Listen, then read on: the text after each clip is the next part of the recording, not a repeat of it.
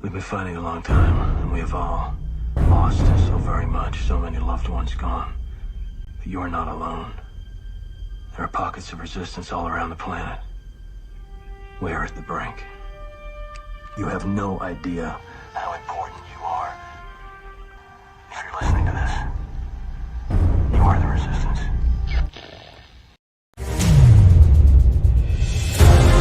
Hello again, everyone, and welcome to the Frontline with Joe and Joe. Joe Pasillo and Joe Resinello. And once more, dear friends, we are going way into the breach. Sunday night, Facebook Live, 8 o'clock.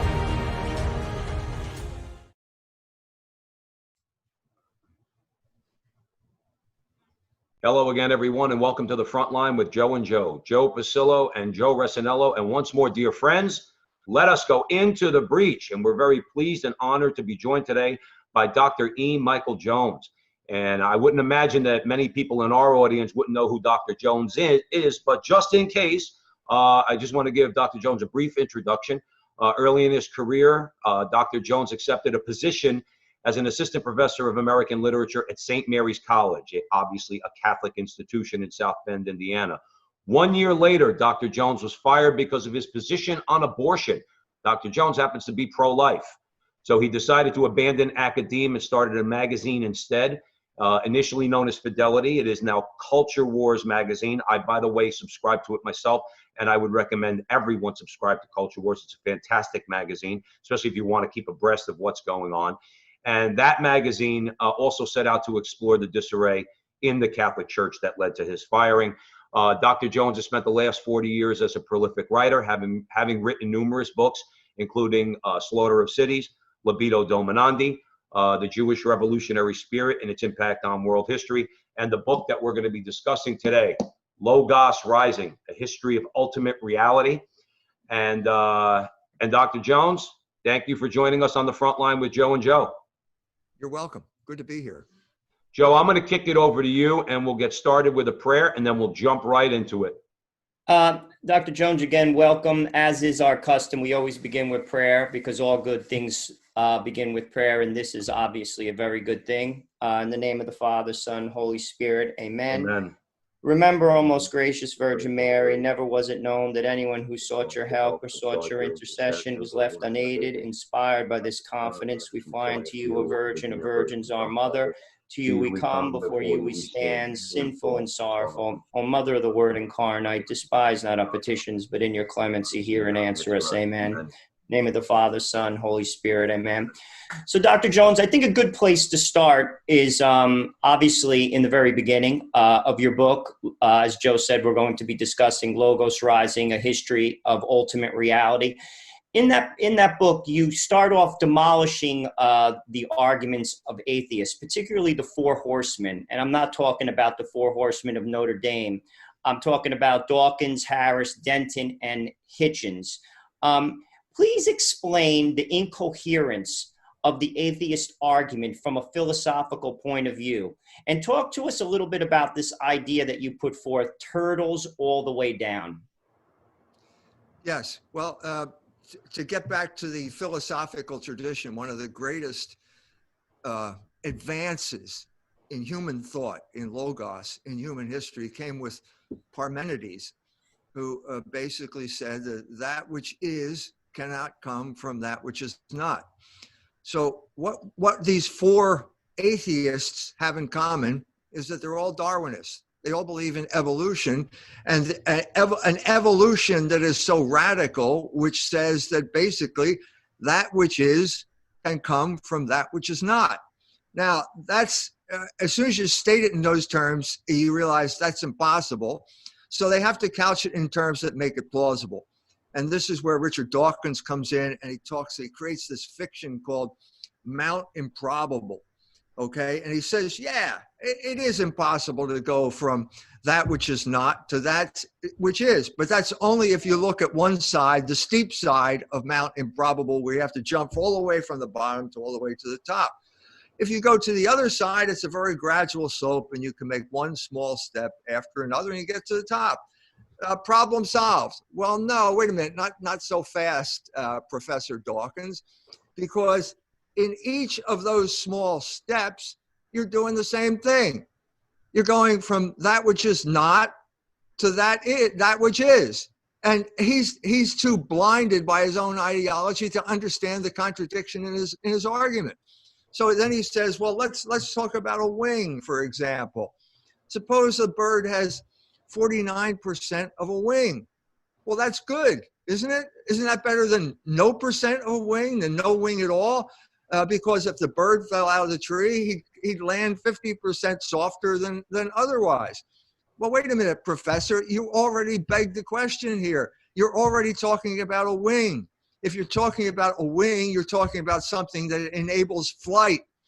Well, then you've already got to where you need to go. You have to go from a state where there is no flight to flight. If you're talking about a wing, you're always talking about flight. Same thing, Christopher Hitchens. Christopher Hitchens does the same thing, but with the eye. Well, either you can see or you cannot see. Well, how do you get from the fact that you cannot see to where you can see? Well, he says there are light-sensitive cells on these primitive organisms. No evidence for this, but he says that's what there are. Well, either those light-sensitive cells can see or they cannot see. If they can see, it's already an eye. If they cannot see, you're never going to be able to get there. This is the metaphysical problem at the heart of Darwinism. And it can be solved by going, that's why I'm writing Logos Rising, to go back to the metaphysical principles that shows this is impossible. And that was already, as I said, stated by Heraclitus a long time ago. Not Heraclitus, by Parmenides a long time ago. Dr. Jones, I just want to say, you said something I think that's very important. He was blinded by his own ideology. I mean, Joe and I are involved in the culture war. We have our radio show on the Crusade channel, always on air and always online. We're very active in social media, and we come across very intelligent people. When I say intelligent, they're very learned. They have degrees, all types of degrees, but they're blinded by their own ideology. You see, I think sometimes when people hear the word God, immediately something comes up. Also, I think people are blinded by sin. They don't see clearly. Could you talk a little bit about that? Because sometimes I feel like we're talking to the wall. The arguments are so clear. They're so linear. And I want to convey a story, and I think you could probably relate to it. I used to work with the Missionaries of Charity, and I knew this professor of philosophy, Lawrence Abello. He formed many of the sisters. He was a brilliant man. He was a philosopher and a physicist. And I went to one of his talks with a gentleman from Spain who was an engineer, much smarter than I am, I'll be the first to say. So we went to the conversation, and Abello would approach God through the argument of not mentioning God, proving his existence from a philosophical point of view. I thought it was a brilliant, brilliant, brilliant discussion. Afterwards, I went to lunch with this gentleman who was an engineer. I was like, Emilio, wasn't that brilliant? This is someone clearly who could understand what he was saying. He said, I don't agree with the math. Immediately blocks it out. Could you talk about that? How do we get through to these people? First of all, you have to explain to them that the existence of God does not depend on faith. The existence of God can be proven by reason. Okay? They invariably talk about some type of leap of faith. That is not the case with the existence of God. Okay? You can prove the existence of God, and it goes back to that what you said about the turtles all the way down argument, which is the opposite. Okay? So the turtles all the way down argument comes from India, where the universe is, or the earth is a semicircle on the back of 4 elephants, and the 4 elephants are standing on the turtle. And the next question is, well, what's the turtle standing on? Hmm. Well, the answer, if you look it up on Wikipedia, is it's turtles all the way down. Well, that doesn't make any sense. And Aristotle was the man who proved that you cannot have an infinite regress. So to give Mr. Fazer's explanation of this, you can have a train on the track, and the train is moving, and you can ask, there's a boxcar there. Why is that boxcar moving? Well, because the boxcar in front of it is moving. Well, why is that boxcar moving? Well, because the boxcar in front of that is moving. So you can have an infinite number, you can have boxcars. The explanation is boxcars can't move on their own. The reason that the train is moving is because there's an engine that is pulling it. That is the equivalent of the uncaused cause and the unmoved mover. You can take it the opposite way. That's motion, but you can also argue from the absence of motion. If you're going to build a bridge, you have to create an open space there where you pump out the water, and then you'll find mud, and then you have to go through the mud to find something that will not move, bedrock, whatever you want to call it. At that point, you can start laying the foundation. If you don't get to bedrock, you can have an infinite amount of cement or stone or whatever it is, and the bridge won't stand up. You have to have some endpoint to this regress. And that endpoint is what all men call God. Okay? I gave this argument in India when a boy, a 16-year-old boy in an English class, asked me if I could prove the existence of God. I said, yes, I can. I said, nothing can come from nothing. We're back to Parmenides now. There is something. Therefore, there was never nothing. This something could not bring itself into existence.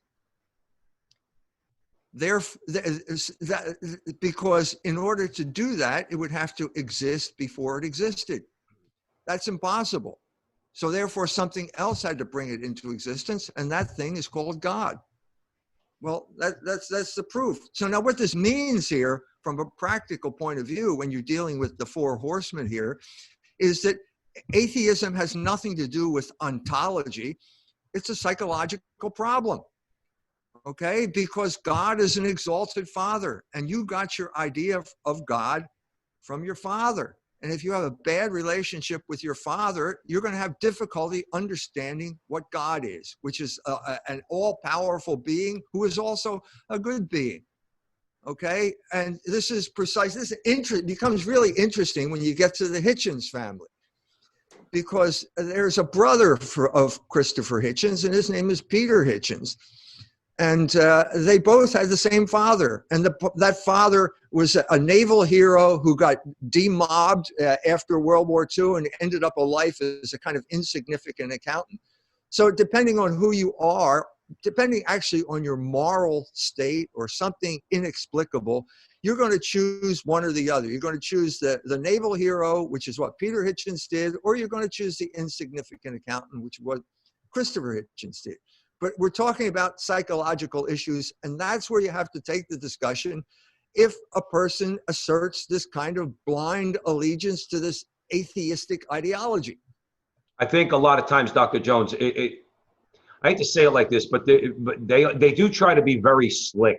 I mean, and thank God their star has fallen in the last couple of years. You really don't hear much about them anymore. But I remember 15, 18 years ago, they were all the rage. And even a non-academic like me, a non-intellectual, when Richard Dawkins, let's say, says, well, we don't need metaphysics.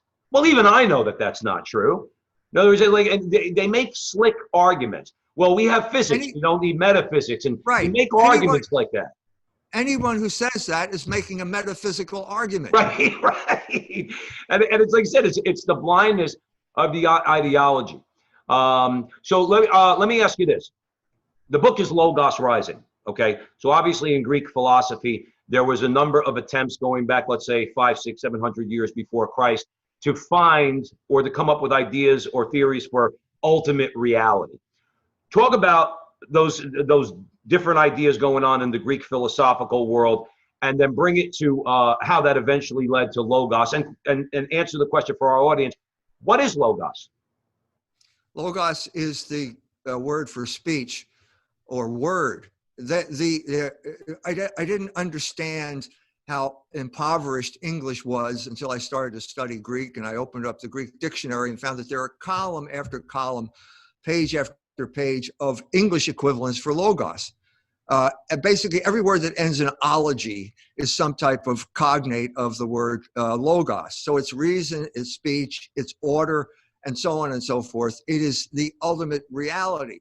So in the beginning, there was a collapse of civilization that took place from around 1200 BC to 800 BC in the Aegean, in that area.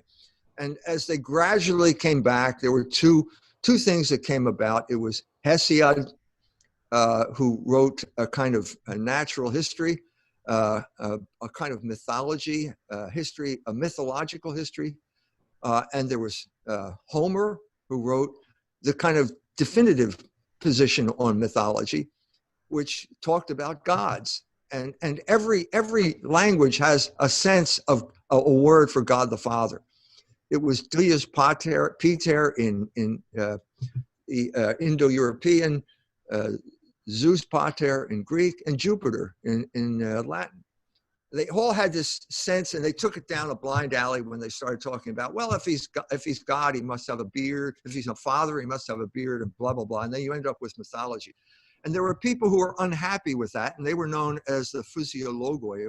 We call them physicists. And they decided maybe we can deduce something from looking at the material world. And so the first guy to do this around the same time was Thales. Thales of Miletus, which was a colony on Asia Minor. And at that point, they were handicapped by the fact that they were using material things as the explanation for something that is not material. And so they were impoverished, but they saw there was some type of, what they did see was that there was some type of unity here. There is some type of order here. It's based on some type of unity. And then they tried to see it in the physical world, and you can't find it in the physical world. So then it was air. Anaxagoras said it was air, which, we're surrounded by air. You need air to breathe. We need water. That makes sense. But it's still a physical thing. And then Heraclitus, who was also in that area, Ionia, which is where all this happened, which is the western coast of Asia Minor, which was then the Persian Empire. He said fire, and it was probably influenced by Zoroastrianism, which worships fire. But he also said logos. And at this point, he's trying to say, he was in many ways, he's the opposite of Parmenides, who said that nothing changes. He may have, we don't know whether he came before or after Parmenides, but he was talking about the other reality that we know, which is motion. Okay, there is motion. It seems contradictory, but if you look at the flame or a river, you can see a kind of tension here between constant motion and something that's always the same. In other words, the flame is constantly in motion, but you can look at it. If it's a candle, you can see it's got three parts. It's always the same. Same thing with a river. The river is always changing, and it's always the same. And that you created this idea of this tension, and logos became the expression of that.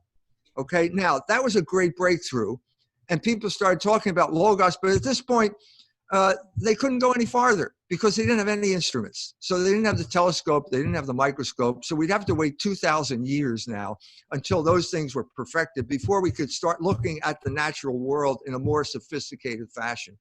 And so the idea shifted then to Greek philosophy, shifted to the sophists. They took over Greek philosophy because they could provide you with a positive outcome. They could win a lawsuit for you, and you get lots of money for suing somebody, and that was a good idea. And it's still a good idea. There are still sophists out there. They're known as lawyers now, but not to badmouth lawyers or anything. Then the only principle they had was, we're going to win the case. And at this point, that's insufficient because we have concepts like justice. So maybe you lost the case, but maybe you were right. And maybe it was just a fluke that you lost the case. And someone like Socrates brings this up. And the sophistic answer is, well, justice is the opinion of the powerful.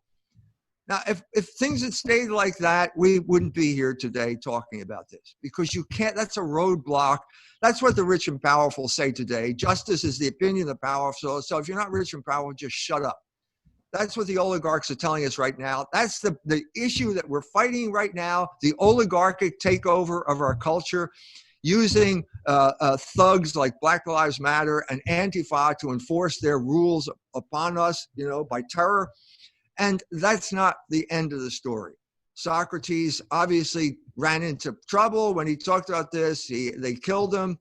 But the idea moved forward in his student Plato and his student Aristotle, and they created like a miracle. It's called the Greek miracle, where basically they came up with an understanding of ultimate reality that was worth preserving. And the word that was worth preserving was logos. And the man who preserved it was St. John, who was living in Ephesus, which is where Heraclitus was from 500 years before. And he's confronted with the fact that Paul just got expelled from the synagogues. He can't talk to synagogues anymore. We're going to have to talk to the Greeks. And so Paul went over to Greece. He spoke to the Areopagus. He went from Ephesus, which is a city run by idol worshippers, silversmiths who made idols to Diana. And he took the Ephesus speech to Athens, and he gave the wrong speech. He gave it to a bunch of philosophers, and he talked about idol worship, and they were insulted, I think, by the fact that he considers them idol worshippers. And then he said, basically, this man, he died, he rose from the dead. And at that point, they said, wait a minute. We'll talk about this some other time. And they all walked out. And I think John was aware of that.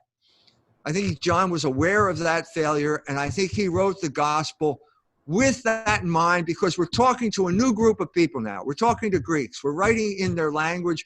We're not talking to Hebrews anymore. We're talking to a group of people who don't understand the genealogy. They will never understand the genealogy at the beginning of the Gospel of Matthew. We have to have a new way. And he begins with metaphysics. The first 3 sentences of the Gospel of St. John are metaphysics, because he wants to reach Greeks. And you reach Greeks by talking about logos. And that's what he said. In the beginning, there was logos, and logos was with God, and logos is God. And at that point, you have a whole new foundation. He's united the Hebrew and the Greek traditions. We have a new religion called Christianity. And now we can move forward if, on one condition, if we resolve the contradiction between those last 2 sentences. How can God be with God and God? How can Logos be with God and God? And the answer to that is the Trinity, but that's a story. It took 300 years to resolve that issue. Dr. Jones, I just want to say just real quickly, when I hear Logos, again, I'm not an academic, I think of truth. I think Christ is the truth. He's not the custom. The idea of absolute truth has been thrown out of our society, and we're clearly living in a dictatorship of relativism. How has this idea that was basically embraced by the Greeks lead to the conversion of Europe? Basically, a bunch of pagans. How had that idea, how did it translate to Europe? Now, you mean logos or truth? Logos. Logos, yeah. Well, first of all, as I said, the Christians spent 300 years trying to figure out the relationship between 2 terms in the Gospel of St. John. The 2 terms are logos, which we've already mentioned, and son. So Jesus Christ is the Son of God.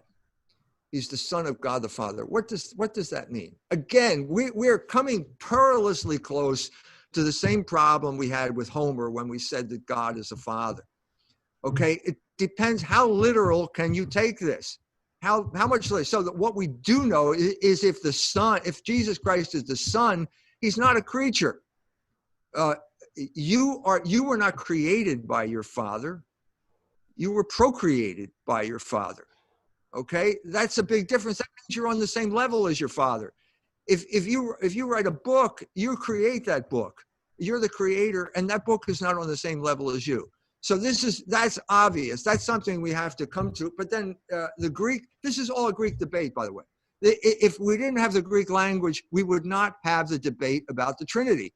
The Latin fathers were simply excluded from this debate. It was purely a debate among the Greek fathers. So the first man to try and come to this logically, it seemed, was Arius, the father of Arianism, the heresy. And he said, well, if this father precedes the Son, therefore there was a time when the Son was not. If there was a time when the Son was not, then he's a creature because he came into being. He's not eternal. And so therefore the Son is not equal to God. Well, that sounds logical if we take that analogy too far, because it can only go so far. We're talking about human language. Even a human language as sophisticated as the Greeks cannot deal with a concept that has to be accepted as revelation.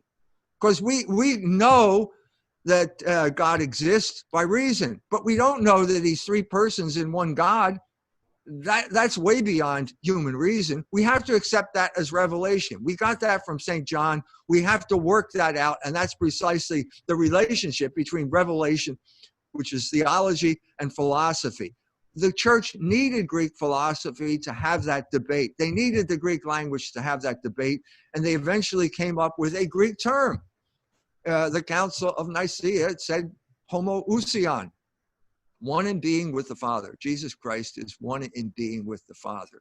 And that allowed, there was immediate pushback. And so another group of the Arians came back and say, no, it's homoousion. Now that's a one-letter difference in a Greek word that completely mystified the Latin fathers who didn't speak Greek. We're talking about how sophisticated this debate was, how bounded up, how much it was bound up with the Greek language, and how necessary philosophy is to as an aid to revelation, to understand revelation. Now, if you didn't get that right, your culture did not move forward. It's that simple. It's that simple. Dr. That's Jones, precisely what happened. along those lines, okay, you say that after St. John bringing the Hebrew scriptures and Greek philosophy together, you say, okay, it enables forward progress, because now there's an understanding, as you said, or maybe not an understanding, but a statement that of the Trinity. You mentioned Arius. A little further down the road, you get to Nestorius. Okay, so I want to talk about this a little bit. Islam seems to have, after its founding, dropped off also. Okay, they were unable to proceed forward at some point because of their concept of God, which differs from the Trinity. Okay, and in other ways also, but essentially differs from the Trinity, where God, they are monotheists, but it's one person. Explain for our audience, please, what is Nestorianism, and how does that factor into Islam, and what's the problem there for Islam? Well, Nestorius said there were two natures to God. He had two separate natures. Well, that's contradictory. That is similar to Arianism, a little bit different, but it's the same type of issue. Now, the problem at this part of the world goes all the way back to St. Augustine and the fall of Rome. St. Augustine was in northern Africa as the Vandals were marching toward his city at that time. And he was dying, and he basically put his last manuscript on the last ship out of North Africa, and it headed to Rome. And at that point, the Vandals came in, he died, and that was the end of Catholicism. That was the end of Catholicism in Northern Africa, and to a large extent throughout the East. The East was weakened by heresy. The remnants of heresy remained throughout that area, including Nestorianism, which was basically the only Christianity that people in Persia knew. Really the only Christianity they understood. And all this was a fortiori true of the Arabian Peninsula, which was isolated territory. I mean, the center of the Arabian Peninsula is just a very hostile environment. It's desert. There is civilization along the coast of the Red Sea. That's called the Hejaz. The Bible had been translated into Syriac, and it was being read in Syriac. Syriac is not the same as Arabic. Arabic at that point, maybe I have to check here, I don't think it was a written language at that point. But whatever it was, they did not, there was no translation of the Bible into Arabic, and so they had to get it from hearsay, and they got it garbled. It's just a garbled sense of what's going on, and things, sophisticated concepts like logos do not exist in the language of Arabic. They don't exist. And so therefore they could not process this in a way. This is also true of the Persian Empire, where the Nestorians were also strong. That was the headquarters of Nestorianism because it got driven out of the West, and it settled in places like Persia, where they had an imperfect understanding of Christianity, which meant that when Islam arrived, it rose out of this environment. It energized the Arabic nation. So the Quran is to Arabic what El Cid was to Spain, what the Song of Roland was to France, what the Nibelungenlied was to the Germans, what the Aeneid was to the Romans. It's a national epic, and it energized them, and it turned them into a very powerful conquering army, and they swept through all of that part that was already weakened by heresy and took it over. And basically said, we got a simpler version. Forget this three stuff. There's one God, and you submit to God, and that's it. So it's a kind of radically simplified version that appealed to that people because they didn't have a clear understanding of the Trinity because they were all heretics. Mm. This was true of Persia, and then it came to a military conquest of Persia. A fluke, if you want to talk about that, because Persia was a high culture. The three magi were Persians, they were astronomers, they were sophisticated people, and they were conquered by a bunch of camel jockeys and goat herders because they had a superior army. It's that simple. It wasn't a superior culture, it was a superior army, and what happened was a kind of tragedy for Persia, which has been memorialized in Ferdowsi's, one of the great Persian poets, in his poem, the Shahnameh. And as a result, they couldn't, it's like the man you met, who couldn't really comprehend that metaphysical argument. They couldn't comprehend it. Okay, so they had all of the tools, all of the ability. They had Aristotle, these Persians who had now had to be Muslims, great thinkers, but they had to work with an insufficient vocabulary because they had the Quran imposed upon them. And the result was, as I said, this moment, science should have developed there, but it didn't. And it didn't because they didn't have an adequate understanding of secondary causality, okay? And that comes from the incarnation. So if Jesus Christ is the Logos incarnate, that means Logos is incarnate, and that means if you look at the universe, you can discover Logos. Well, that's pretty much what the physiologoi were saying. But now suddenly you had developments in astronomy, you had developments in instruments. And suddenly you realize, hey, we really can study this. And they could have, but they couldn't process it. It was like Persia was under conquest, was like a very powerful engine in a car with no transmission. Dr. Jones, I want to just very quickly, you're joining us at the front line with Joe and Joe Pasillo and Joe Resinello. We're joined today with a great conversation by Dr. E. Michael Jones. We encourage everyone to buy his book, Logos Rising. You can get that at drjonesfidelitypress.org. Also subscribe to his magazine at culturewars.com. Follow Joe and I on Facebook and YouTube at the Frontline with Joe and Joe. Dr. Jones, Joe, I'm going to kick it over to you in a second because I know you want to fast forward to Martin Luther. But Dr. Jones, one other quick question just on Islam real quick. Averroes and Aristotle. You describe in the book how there's two divergent views that could not come together. And Aquinas, again, so I'm not a philosophy major, Dr. Jones, but Aquinas kind of resolved the problem. What was the problem with Averroes and Aristotle, and how did Aquinas solve that problem? And then we'll move forward to later on. Okay, Averroes was in that position we just talked about. So he's got Aristotle, texts of Aristotle. Aristotle said the world was eternal. He had no idea of creation, which you may have to have by reading Genesis. He obviously couldn't read Genesis. No idea of creation, so the world's eternal. Well, you're reading the Quran, which is based on Genesis, and the Quran says the world had a beginning. Well, how do you resolve those issues? Well, now, there are some people who say Averroes was not an Averroist, but there were Averroists in Paris in the 13th century at the time of Thomas Aquinas, and one of them was known as Sige of Brabant, who was a philosophy professor. And he said, basically, look, my job here, my job is to teach philosophy. I'm not here to teach theology. And this is what Aristotle said, and that's as far as it goes. And as far as I'm concerned, I'm a Catholic, so I have to say that Genesis is right. Yes, it's true, but it's true for theology, but Aristotle is true for philosophy. So you come up with two truths. Well, this is the only time Aquinas ever got angry. And he called C.J. of Brabant a stultus, which we would say an idiot or a stupid person.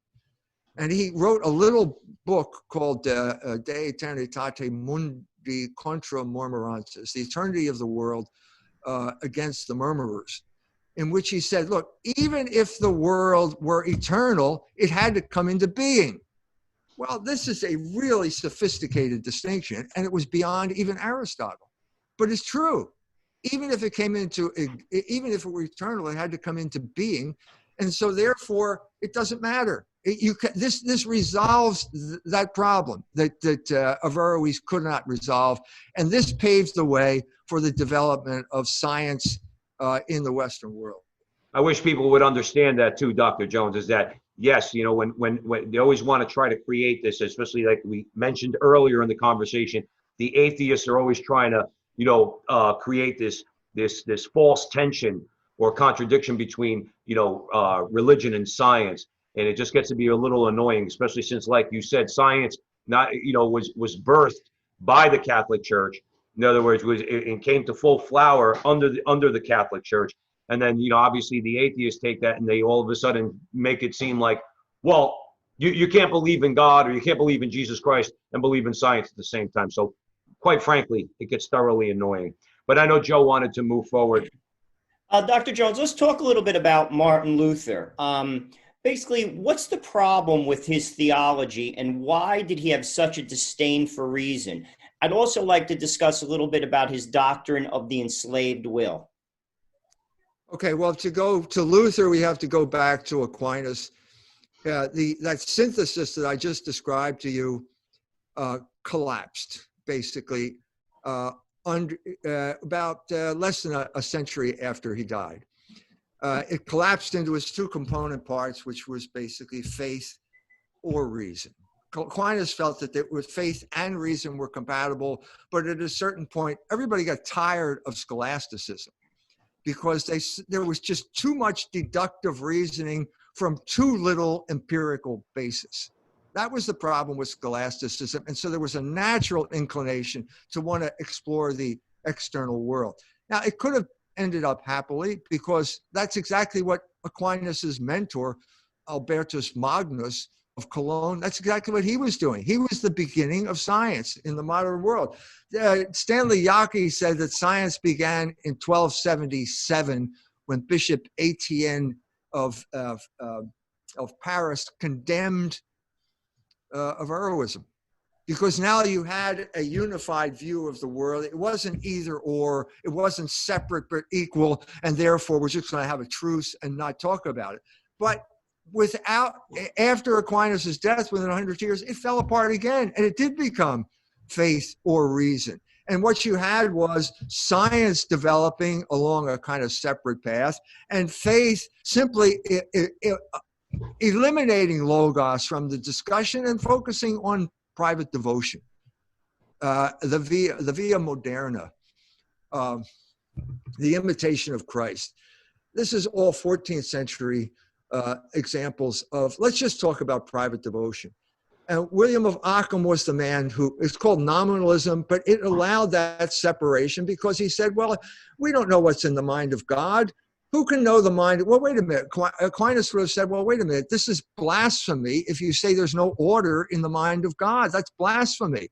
But Aquinas wasn't around anymore. So the man who grew up in this school of nominalism was Martin Luther. He was a German. Nominalism had taken over all of the German universities.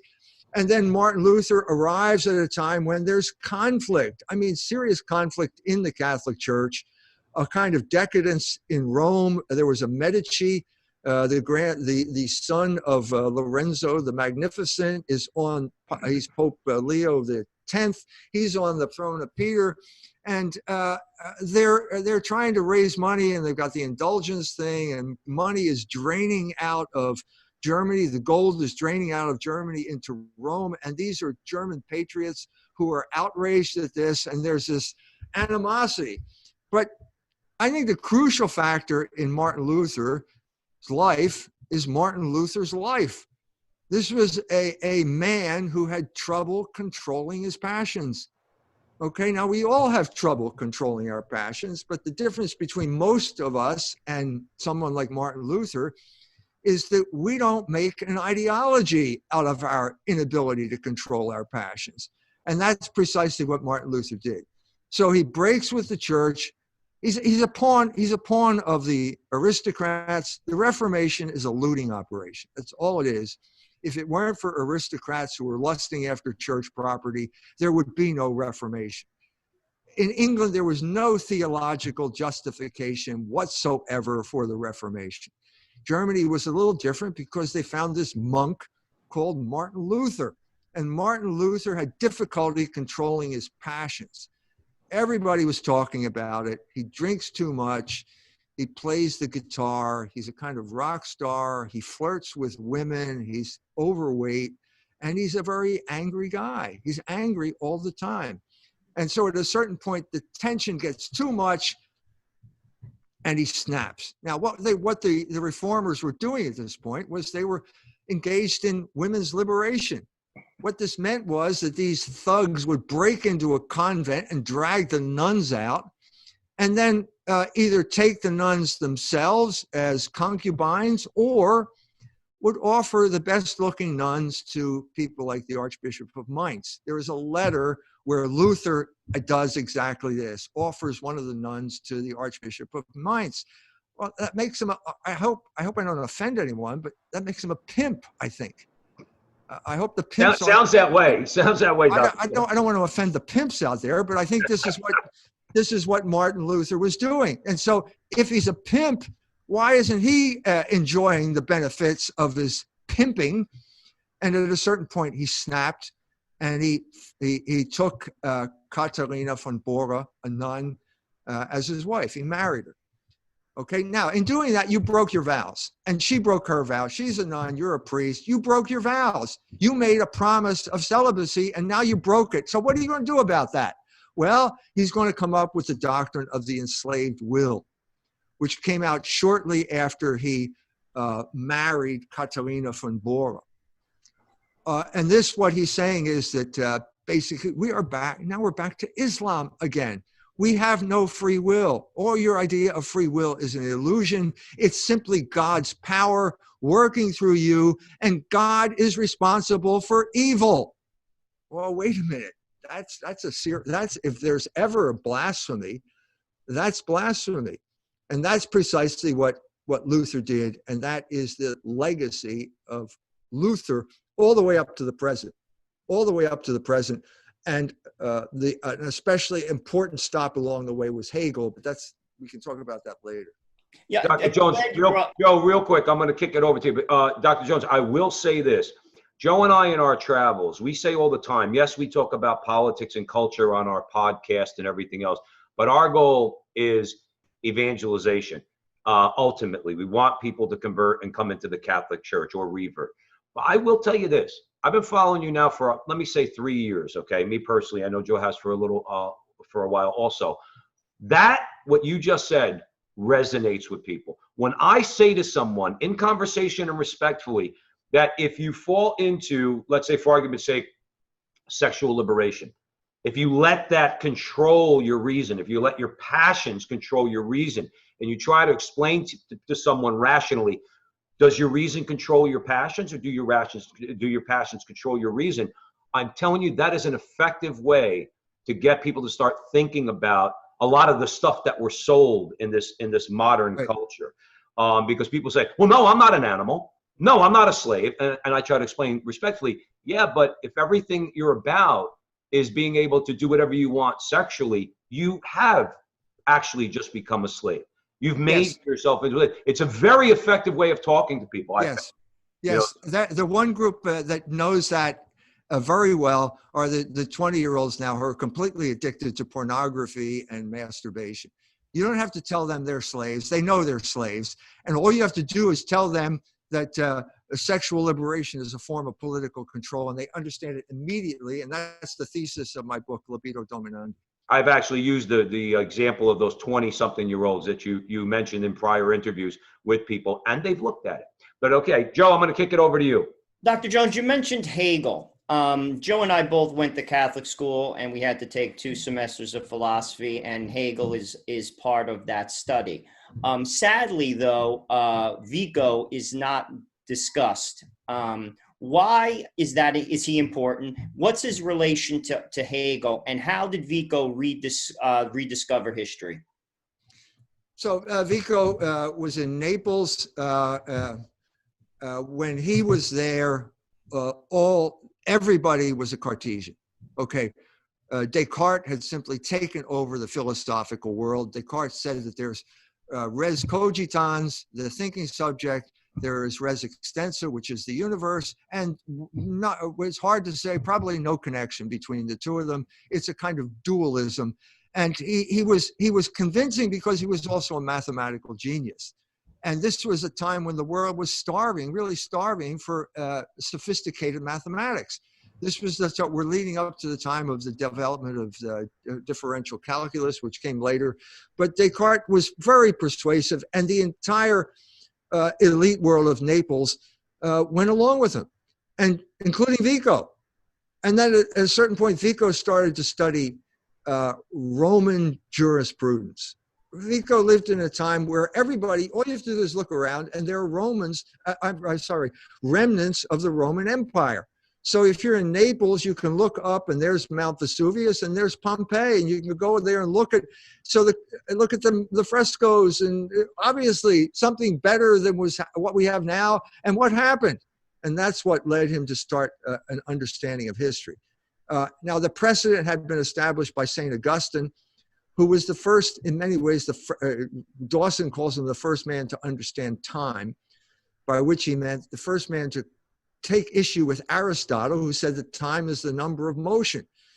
That is good if you're a physicist, but that doesn't explain our human perception of time at all. Or it doesn't explain how new things come into being, because that time is basically balls going around in circles, which is what the planets are, and nothing ever changes. It's always the same. Well, we know things change, and it was Vico, through his study of Roman jurisprudence, who came up with the understanding of the rise and fall of empires. So the Roman Empire rose, it reached a peak, and then it collapsed. And that's not the end, because then the Holy Roman Empire rose up out of the ashes of the Roman Empire and became something better. And that is so now we have what we would call a logos of history. So the first part is the history of logos, and Vico, that's the beginning of the second part of the book, which is the beginning of the logos of history. This is completely antithetical to everything the Greeks understood, okay? Because the Greeks, in order to understand something, it had to be in the realm of forms, and the realm of forms is eternal. And if it's in the realm of time, you can't understand it. It's because it's always changing. You can't hit a moving target. This is the way the Greeks felt. And now suddenly there's a man who takes Christianity seriously, takes Augustine seriously, and says basically, well, if there's a logos to space, which you call geometry, why can't there be a logos of time, which would be the study of history? And that's the man who introduced that idea, broke, okay, the logjam that Descartes had created, because there's no connection between the mind and the universe in Descartes. Well, obviously there's, because he had lost the concept of logos. That's because science had replaced logos. Obviously, logos is common to both the human mind and the universe. That's why you can have science, because the human mind can apprehend that order simply by studying the universe. Well, this is not Descartes. Descartes is all pure mathematics, and then somehow you're going to oppose this. Well, that's not the way it works. That's not the way it works. And Vico is the man who is responsible for that change. Okay? Would you consider that? Would you describe Vico's view of history as when you talk about the rise and fall of civilizations? Is that also a dialectical movement of history, or is dialectic confined to Hegel? first of all, yes, it is dialectic, but he did not use the term dialectic. So the idea of dialectic didn't come into existence until the time of Fichte, who was the intellectual godchild of Kant. Okay, and Fichte introduced the idea of the dialectic. Brilliant idea, absolutely brilliant idea. And I think there's a profundity there that still needs to be explored. I think that Hegel tried to take the dialectic and complete the idea, and he screwed it up for reasons that I go into the book. But basically, that is a profound idea. And I think it may be give you an understanding of all of human history, the rise of consciousness, art, and all kinds of other things. So what is the dialectic? Okay, first part, Ansicht, to give the German term, there's unconsciousness, there is reality, a block of marble. Okay, it's real, but there's no meaning. Second part of the dialectic, für sich, you have an idea. You have an idea of Moses. Got it from the Bible. This is full of meaning. This idea of Moses is full of meaning, got all kinds of meaning associated with it, but it's not real. It's an idea in your mind. So what you do is you bring Ansicht and für sich together. You have an und für sich, these are Hegel's terms, which means you've got something that is both real and meaningful, which is to say the statue of Moses that you can see in San Pietro in Vincoli in that church in Rome. That is the dialectic. That's what we're talking about in terms of the dialectic. Fichte brought this idea, but it wasn't clear that how you could, first of all, to get back to German idealism, it arose from Spinoza, okay, Jewish philosopher from Holland, who was an apostate. The Jews didn't like him, but he was basically a materialist. He said, remember Descartes? It's either res extensa or res cogitans. This is the man who set the parameters for the debate of modern philosophy. So there's going to be a tension there, and they're going to say, okay, everything is one or the other. And so Spinoza was the first to rise to the bait, and he said, everything is res extensa. Everything is matter. And what you call consciousness is really just little balls bumping into each other. That set the stage for the next development of philosophy, which was German idealism, where Fichte says, no, that's an intolerable situation. I know what I am. I know there is consciousness. And then he took the next step and he said, well, everything's consciousness. And matter is an illusion. Well, you got two extremes there. And this is where Hegel came along and he tried to resolve that in the way I resolved it. The example of the dialectic I gave you is a resolution of those two earlier parts, because you end up with something that is both real and meaningful. But how that works out is something that Hegel tried to do. That's what Hegel tried to do. Okay? Now, Hegel was a theology student. He went through a Lutheran seminary. So he's a intellectual descendant of Martin Luther. And he's studying theology. He's 19 years old when the French Revolution breaks out. So at this point, he's got two contradictory messages that he's got to resolve. How can I resolve the Enlightenment with Lutheran theology? And the crucial issue was going to become the Trinity, because the Trinity is the dialectic. It seems like the dialectic, doesn't it? I mean, three. So what we're saying here is the ultimate reality is three. The ultimate reality of the universe is the dialectic, because it's based on the Trinity. And the Trinity is a dialectic. It's three persons in one God. It's completely immutable, and it's in motion all the time, because those three persons are in love with each other, and there's constant motion of love between those three persons. So it's exactly what we're talking about, and it's up to Hegel to come up with it. Well, that's the problem here, okay? Because Hegel had the same problem that Luther had trouble controlling his passions. So if you're going to study the Trinity, it's called contemplation. It's not like figuring out gas deregulation. You have to do some type of spiritual preparation And the best spiritual preparation for studying the Trinity is not having sex with your chambermaid, which is what Hegel was doing. Okay, so the moment of crisis comes, Napoleon shows up in Jena. Okay, there's a battle between the French and the Prussians.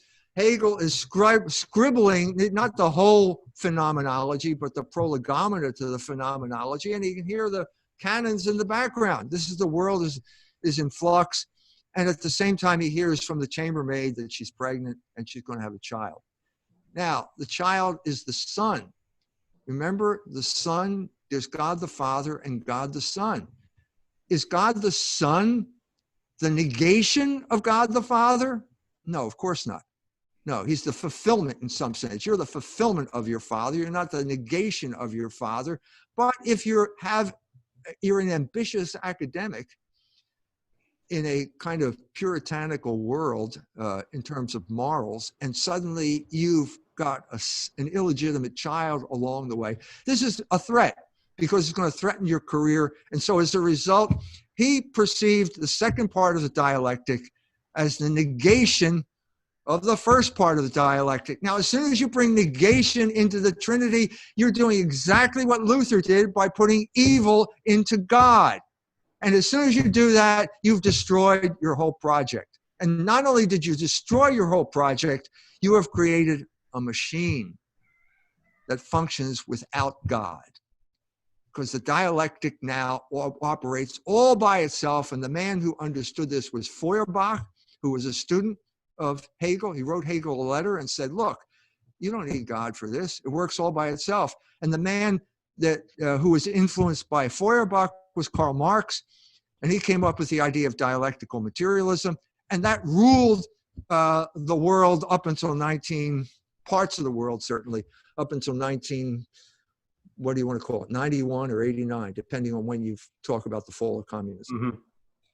Dr. Jones, in 1879, there was a resurgence of Thomistic philosophy. Who were some of the key figures that were, that were responsible for that resurgence? Yeah, well, the Germans was a priest by the name of Kleutken. He was familiar with Hegelian philosophy. So Hegelian philosophy, Hegel dies in 1831, and he's still dominant. These categories that he established, like Vernunft and Verstand, two different words for reason, were very powerful in Germany. And there were actually Catholics who thought they were going to explain philosophy by recourse to terms like, in German, idealism, Vernunft, Verstand. It goes nowhere, it has no basis whatsoever in traditional philosophy. And Kleutken understood this, and he understood basically that if we're in a bad situation. I'm talking about the time of the Revolution of 1848. The church, the papacy, has just been robbed of its property. The revolutionaries are trampling up and down Italy.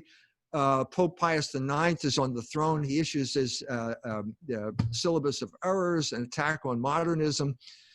And they realize they've got to do something, so they create the magazine Civiltà Cattolica, which is supposed to combat revolution in Europe at this time, in the wake of the Revolution of 1848. And one of the collaborators on Civiltà Cattolica, along with Kleutken, was the man who eventually became Pope Leo XIII. And both Leo XIII and Kleutken realized, all of the people, they were all Thomists, and they realized the only sound basis for, we have to have a metaphysical foundation for what we're doing, and it's in Thomism. And so they brought about the resurrection of Thomism. And the culmination of that was 1879, when Leo XIII, who's now obviously Pope, issues Aeterni Patris. Now, this had a liberating effect on the Catholic Church, because now the Catholic Church had a firm metaphysical foundation, and they could move forward.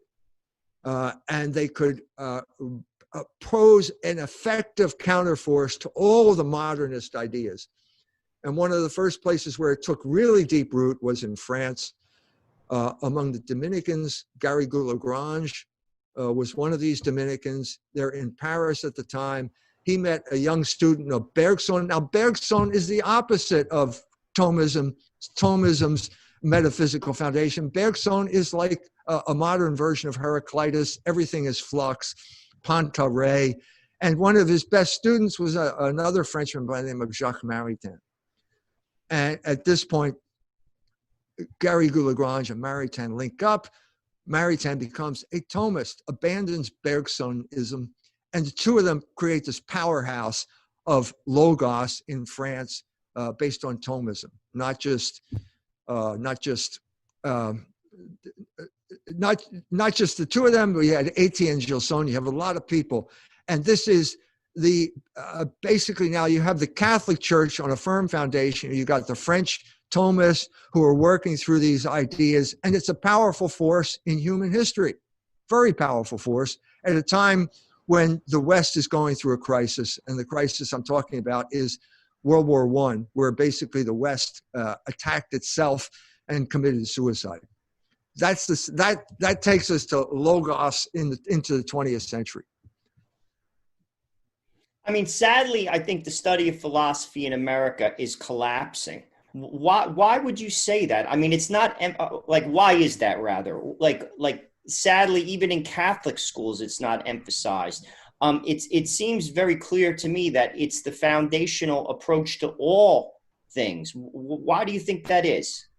Well, you're right, because you can be pushed around if you don't have your feet firmly planted in ultimate reality. And we're seeing this right now. Classic example is the Catholic Church and the COVID virus. Okay, the Catholic Church has basically capitulated its claim to be in contact with ultimate reality. We're saying, oh, the scientists know. We have to do what the scientists say. Well, what are the scientists saying? They're contradicting each other. Well, when the scientists contradict each other, we have to use logos. We have to use judgment to say which one is right and which one is wrong. So we're back at the same, back at square one. Okay. Now, to talk about the philosophical, yeah, we need philosophy. It did collapse. And I talk about the collapse of philosophy in America. So when Maritain and Gilson felt that Europe was like Constantinople after the fall, after it was overrun by the Turks, and their job was to get the sacred texts out of Constantinople to Western Europe, which meant from Western Europe to America. Now, America had no philosophical tradition because it was a Protestant country, and there's no such thing as Protestant philosophy. It's a contradiction in terms, because Luther said reason was a whore. And every Protestant in some way or other is tainted by Luther, one way or the other, even if they react against him. And they all are basically devotees, one way or the other, of sola scriptura, which means it's just scripture and that's that. Okay, and at this point you had the Enlightenment had taken over, and so that was a different trend, and there was no reconciliation. So you had a place like the University of Chicago, and the best they could do was pragmatism, which was the American philosophy at the time. John Dewey was the guru of pragmatism, and it was the classic American phenomenon. It's like the Susquehanna River. It's a mile wide and it's 18 inches deep. And that's America in a nutshell. And the head of the University of Chicago recognized this. Mr. Hutchins was a Northern Baptist, and his friend was Mortimer Adler, and he was a Jew, and they were both Thomists. Neither one was a Catholic, but both of them were Thomists. And they said, we need the depth that Thomism can provide, so we're going to bring these people over. It wasn't just the University of Chicago. Harvard invited Etienne Gilson to give a series of lectures in the 1930s because they knew they didn't have it. The same thing with the University of Chicago. So they bring them in, and of course this outrages the Americans, the brainless American pragmatists, and they're like the dogs that bark at what they don't understand.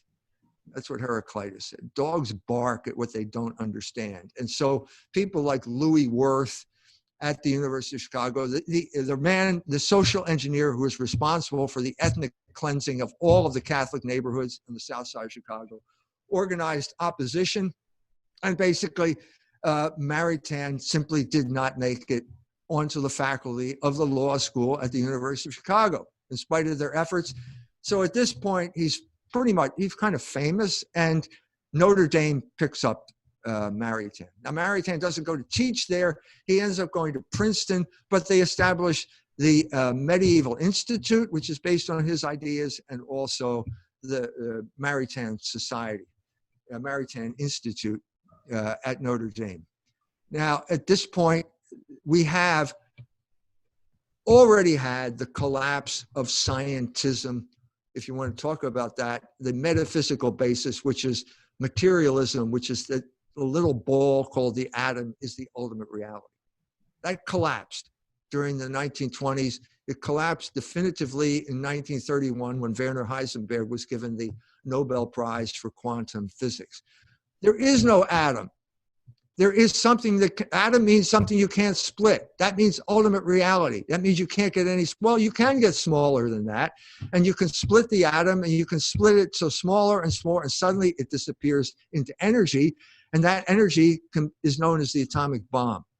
And that's what Heisenberg was working on. At the same time, the Americans were working on it in the Manhattan Project. Okay, so Notre Dame now is faced with the fact that science is an ideology that is very powerful in the United States, and the United States government is committed to spending money on science if you can convince them that you're a scientist. And so they basically strangle Thomism in its cradle in the New World at Notre Dame University. After Notre Dame University in 1953 officially adopted Aeterni Patris as the official philosophy of the Notre Dame Philosophy Department, they got a physicist, an Irish priest by the name of Ernest McMullen. He came over, he became chairman of the philosophy department. He had worked with Erwin Schrödinger in the 1950s in Dublin. And between Hesburgh and Ernest McMullen, Theodore Hesburgh, president of the University of Notre Dame, they strangled Logos in its cradle at a Catholic institution and put this obsolete ideology of science in its place. And they wrecked philosophy at Notre Dame. And that's why your philosophy course sucked. Okay? You did see recently, Dr. Jones, that there are a group of faithful Catholics that are calling on Notre Dame to take the name of Our Lady off the school because they recently hired your beloved mayor. I think that's actually a good idea. I think they should call it Buddhist University. Well, they had the Father and the Son. Right, you could call it, you could have a statue, Father and Son, Joe Buttigieg and Pete Buttigieg. Tear down that statue of Hesburgh and Father Joyce and put that statue in its place. It would fit in exactly with the spirit of the times right now. I'm in favor of renaming Notre Dame Buttigieg University. All right, Dr. Jones, we're gonna leave it there. We kept you over an hour. Unless, Joe, did you have anything else? I just have one more question. I mean, clearly we're talking about the benefits of Logos. We're also talking about some of the consequences of not basically incorporating that idea into society. How do we bring it back? How do we communicate this message properly? How does this permeate our society again so it could flourish? Yes. Well, first of all, by doing what we're doing right now. Okay, we have to talk about this. If you're interested in the cutting edge of Logos in our day, it's this book. I'm not joking. I'm not joking, because the man who fought in the last ditch at Notre Dame was Ralph McInerney. And I go into a long story about, in that book, at the end of the book, about how Ralph McInerney put the mantle on my shoulder. Okay? So we're doing what we're doing. This is the vehicle for Logos right now. Okay? So buy the book and read it. But the point I'm trying to make here is that Logos doesn't need you. Logos wants you, but it doesn't need you. And Logos is rising. What I'm trying to say here is that force in human history has God behind it. Okay, so even at a moment like Notre Dame, where they thought they strangled Logos in the cradle, it moved on. You cannot suppress Logos, because that means you're suppressing God, because Logos is God. That's what St. John told us. Mm-hmm. And if you could suppress God, then you'd be God. Well, I hate to break this to you, but you're not God. Thank God. And God is, Logos is rising. You're not going to stop it. You're not going to stop it. If you could, and the irony, the paradox is, that it rises fastest when it looks as if it's in its weakest moment. And that goes back to the crucifixion. The Jews thought they ended this discussion. They're no different than today. They ban you from Facebook. They ban you. They banned me from Amazon. They banned me from YouTube. Well, that's what they tried to do with Jesus Christ. You're in good company. They threw Isaiah and Jeremiah out of the temple too. They expelled St. Paul from the synagogues. They said, we're not going to allow him to speak in the synagogue anymore. We're not going to allow him on either Facebook or YouTube or Amazon. I mean, this is really serious. And what did they do? By that action, they spread the gospel to the Greeks. So that's what I mean by Logos rising. You know, you can take me off Amazon, but you're not going to stop Logos from rising. I think one of the main things that, and we'll leave it there, but one of the main things is Joe and I try to emphasize on the show all the time is that part of Logos, which is defined as speech, is one of the, if not the most important thing we could do right now, as you said, to not be afraid, to speak the truth, speak it boldly, and then the consequences be damned. Look, if God wasn't in control of your life, you wouldn't be where you are now, but you had to get fired from St. Mary's in order for that to happen. Joe and I tell ourselves all the time, Dr. Jones, we could lose our job. We're working men. Dr. Jones, Joe works in a bank. I work in the hospitality industry. We're working men. We both have to put food on the table. We both could lose our jobs, but if we don't at least accept that we need to speak up, okay, then, like you said, Logos eventually will rise and Logos eventually will win. But we still have to fight in the meantime. We still have to fight this culture war in the meantime. And that's what we're trying to do. And we really, really appreciate you coming on the show. Dr. Jones, tell everybody where they can find your book and also Culture Wars magazine. So you can go to fidelitypress.org or culturewars.com. We have to establish secure channels of communication. We cannot rely on YouTube or any of these things. They can be turned off like that. We have to establish, if you buy a book from us or you subscribe to Culture Wars magazine, you will have a secure channel of communication where we can continue this conversation no matter what they do. Excellent. Dr. Jones, hopefully you'll come back on the show. We want to talk to you more, some specifics. Maybe it's Joe and I are both from Newark, New Jersey. So Slaughter of Cities is your next book that I want to read, because that speaks to our experience and the destruction of what once was a great city, and talk a little bit more in general about Americanism. So hopefully we'll set something up with you and we could have that conversation. In the meantime, Logos rising, okay? If a guy like me, a jamoke like me, could take this book down in a week, it's 800 pages, you can too, and it's a great, great, great read. And Dr. Jones, thank you again for joining us. And remember, all you good people out there, to follow Joe and I on Facebook and YouTube while we're still on there, at the Frontline with Joe and Joe on both. Like, subscribe, share. Please share this video. Share this video with all your friends and buy Logos Rising. And remember that our conversation is your conversation, and that conversation that's going on everywhere. We'll see you next time.